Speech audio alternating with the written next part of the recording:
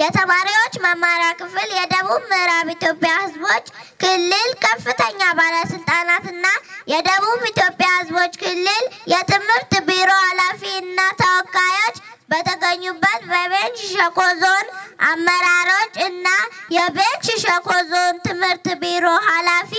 አቶ አገኘው ወርቁ እንዲሁም ለዚህ ትምህርት ቤት ግንባታ ያላቸውን ሙሉ አቅምና እውቀት በመጠቀም ከፍተኛ አስተዋጽኦ ያደረጉት የሸኮ ከተማ ከንቲባ አቶ ታምራት ምናሴና የከተማ አስተዳደር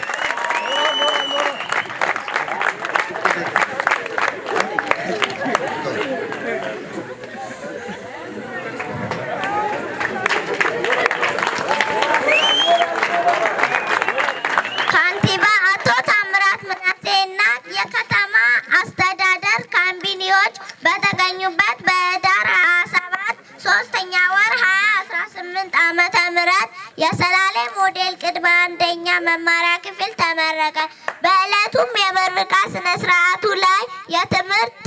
ቤት ርዕሰ መምህር አቶ ተመስገን ያርኩባ ይህንን የሚመስል የቅድመ አንደኛ ክፍል በዚህ መልኩ በመመረቁ በዚህ ተግባር ላይ የተሳተፉትን ሁሉ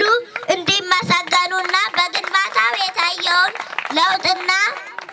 በትምህርት ጥራት መሰረት እንደሚቻል ሀሳባቸውን ሰጥተዋል። ከዚህም በመነሳት ለዛሬው ለሰላሌ ሞዴል ቅድመ አንደኛ ክፍል ምረቃ የተገኙት